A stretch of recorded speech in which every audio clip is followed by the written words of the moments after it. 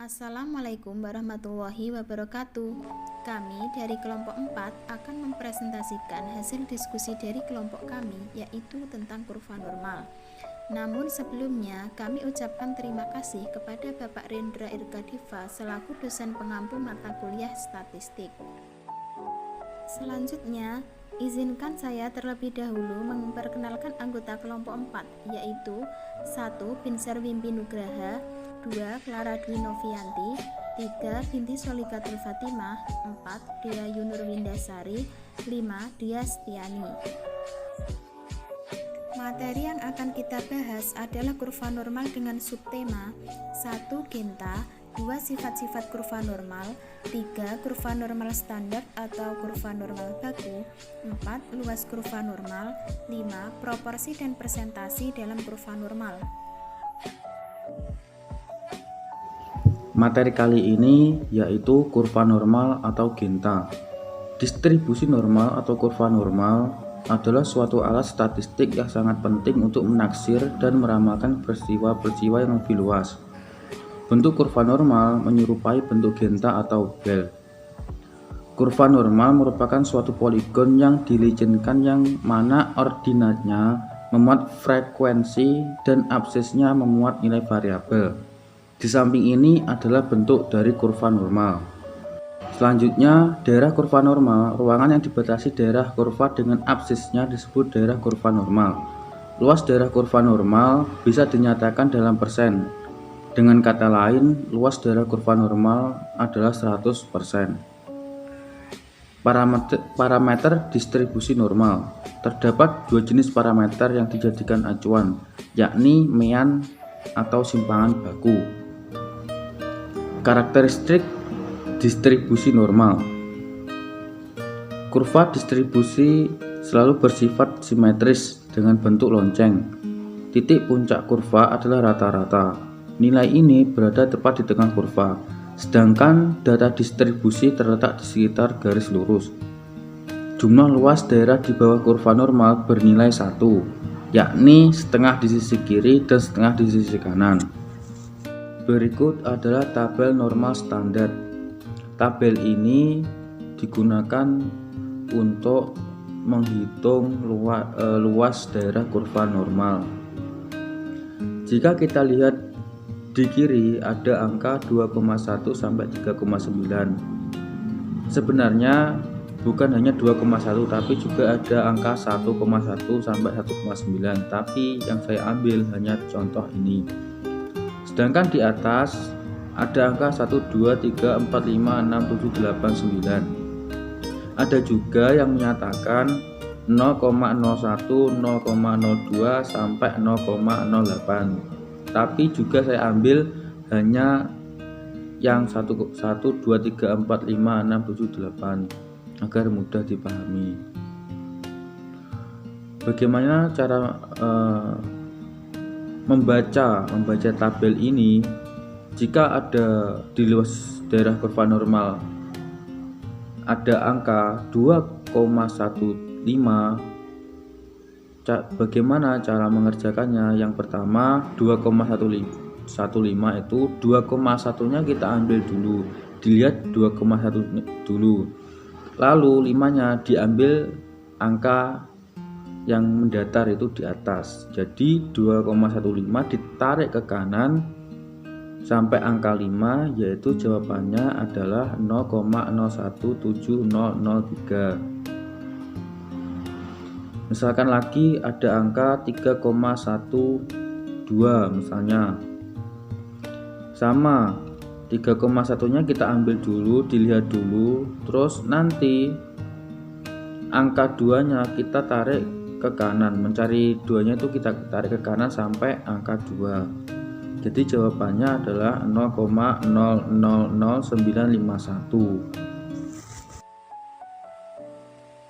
Selanjutnya yaitu sifat-sifat kurva normal. Sifat yang pertama, kurva normal berbentuk lonceng atau genta dengan satu puncak. Kedua, kurva selalu berada di atas sumbu X, dia tidak akan berimpit atau berada di bawah sumbu X. 3. Bentuknya simetris. Rata-rata sama dengan median sama dengan modus. Jadi simetris artinya samar sebelah kanan dan juga samar sebelah kiri.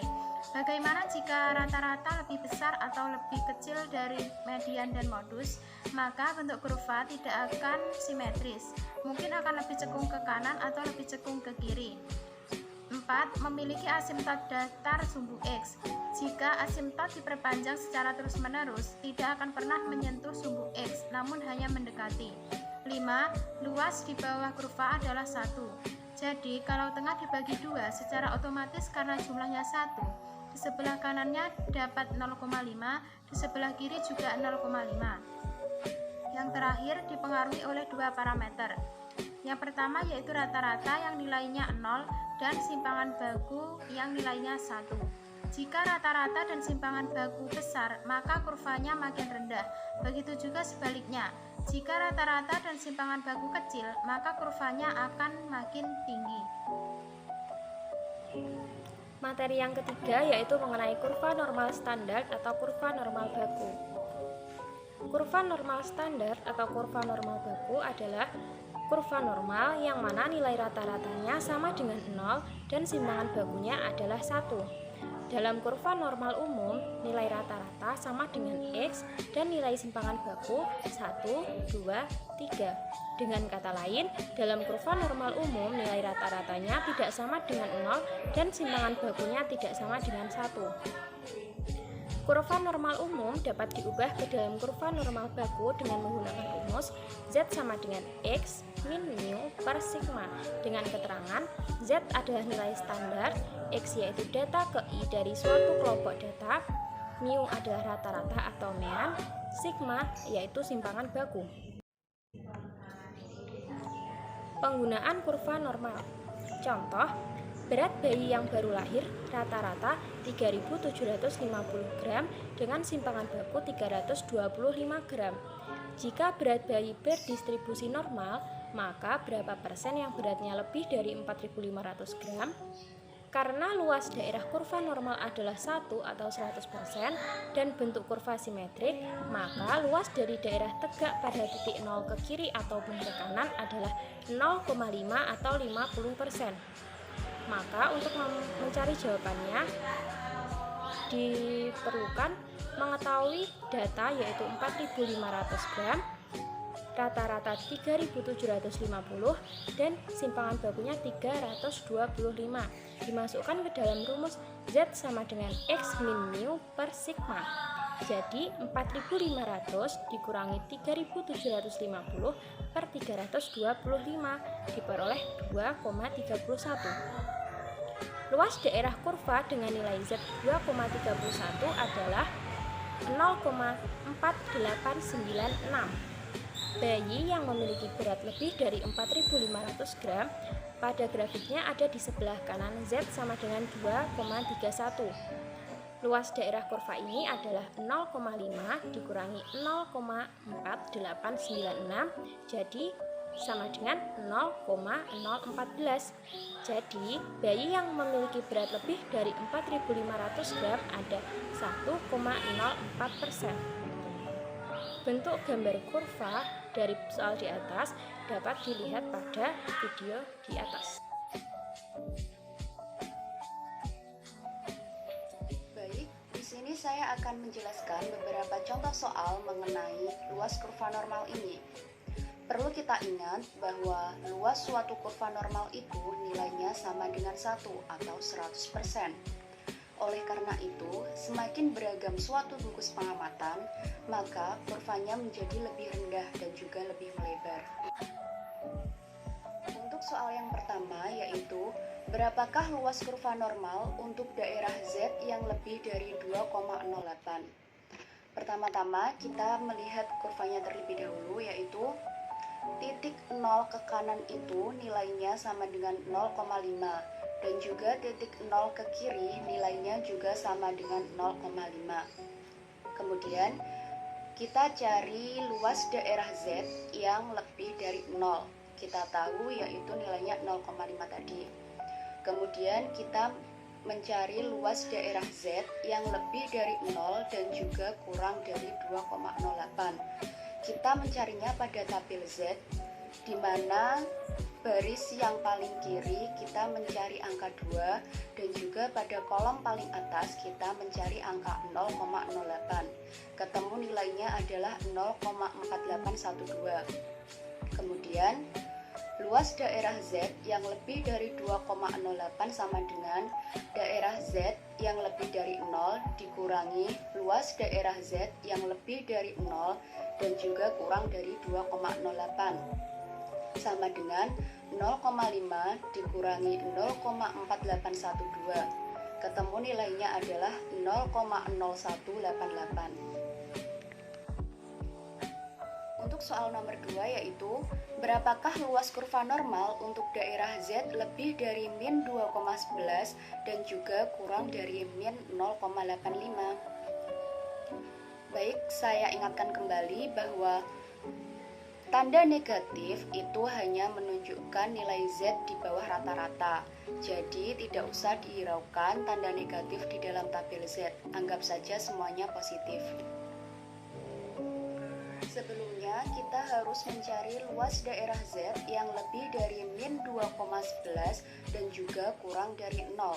Kita melihatnya dari tabel Z seperti yang nomor 1, yaitu kita melihat pada baris paling kiri yaitu nilai 2,1 dan juga kolom paling atas 0,01.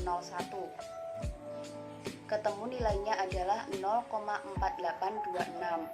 Kemudian kita mencari luas daerah Z yang lebih dari min 0,85 dan juga kurang dari 0. Kita lihat dari baris paling kiri yaitu angka 0,8 dan juga di kolom paling atas yaitu angka 0,05. Ketemu nilainya adalah 0,3023. Barulah kita bisa menghitung luas daerah Z yang lebih dari min 2,11 dan juga kurang dari min 0,85. Kita masukkan yaitu daerah Z yang lebih dari min 2,11 dan juga kurang dari 0 dikurangi daerah Z yang lebih dari min 0,85 dan kurang dari 0 sama dengan 0,4826 dikurangi 0,3023. Ketemu nilainya adalah 0,1803. Jadi luas daerah Z yang lebih dari min 2,11 dan juga kurang dari min 0,85 nilainya adalah 0,1803. Untuk soal yang ketiga yaitu berapakah luas kurva normal untuk daerah Z kurang dari 1,49? Langkah yang pertama kita mencari luas daerah Z yang kurang dari 0, yaitu kita sudah ketahui sebelumnya nilainya adalah 0,5. Kemudian kita mencari luas daerah Z yang lebih dari 0 dan juga kurang dari 1,49. Kita cari pada tabel Z, yaitu kita cari angka 1,4 pada baris paling kiri dan juga angka 0,09 pada kolom paling atas. Ketemu nilainya adalah 0,4319. Barulah kita bisa mencari nilai Z yang kurang dari 1,49. Kita masukkan luas daerah Z kurang dari 0 ditambah luas daerah Z yang lebih dari 0 dan juga kurang dari 1,49 sama dengan 0,5 ditambah 0,4319 sama dengan 0,9319. Jadi luas daerah Z yang kurang dari 1,49 sama dengan 0,9319. Baik, untuk materi selanjutnya mengenai proporsi dan presentasi dalam kurva normal yang dapat kita ketahui dalam contoh soal yang ada di slide. Contoh soalnya, dari 200 mahasiswa yang mengikuti ujian statistika di suatu universitas, diperoleh bahwa nilai rata-rata adalah 60 dan standar deviasi adalah 10. Bila distribusi menyebar secara normal, berapa A? Berapa persen yang mendapatkan nilai A jika nilai X lebih dari atau sama dengan 80? B, berapa persen yang mendapatkan nilai C jika nilai C terletak pada interval 56 sampai 68. Dan yang C, berapa persen yang mendapatkan nilai E jika nilai X kurang dari 45. Untuk pertanyaan yang pertama, probabilitas X dengan ketentuan X lebih dari atau sama dengan 80, kita standarisasi X menjadi Z terlebih dahulu dengan cara X dikurangi dengan mu dibagi dengan sigma. Lalu kita perlakukan hal yang sama dengan si 80 tadi, dengan 80 dikurangi 60 dibagi 10. Hasil ini sama dengan 2, dan hasil dari X dikurangi mu dibagi sigma adalah Z. Jadi, pendekatan atau standarisasi dari probabilitas X lebih dari atau sama dengan 80 bisa diganti dengan probabilitas Z lebih dari atau sama dengan 2. Jadi, untuk mengetahui probabilitas Z lebih dari atau sama dengan 2 adalah 1 atau keseluruhan dikurangi probabilitas yang tidak diarsir atau Z min 2. Maka kalau kita lihat di tabel probabilitas distribusi normal standar Z itu akan ketemu 0,9772, lalu diperolehlah 0,0228. Maka persen yang mendapatkan nilai A adalah sebesar 2,28%. Untuk yang B, ditanyakan nilai probabilitas yang memperoleh nilai di mana nilai terletak di antara 56 sampai 68. Sama seperti yang A, kita rubah dulu yang X menjadi Z, yaitu dengan cara X dikurangi dengan mu dibagi dengan sigma.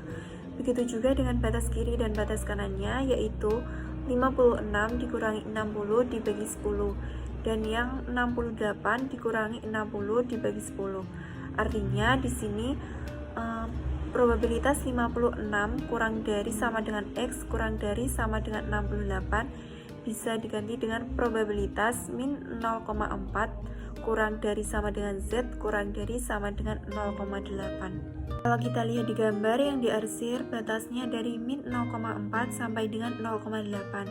Nah, cara penghitungannya kita ambil selisihnya, ambil yang paling tinggi probabilitasnya dengan probabilitas Z kurang dari sama dengan 0,8 dikurangi probabilitas Z kurang dari sama dengan 0,4 yang dapat kita lihat pada tabel distribusi normal standar Z. Lalu ketemulah nilai 0,7881 dikurangi 0,3446. Ketemulah 0,4435. Jadi persen yang mendapatkan nilai C adalah sebesar 44,35%.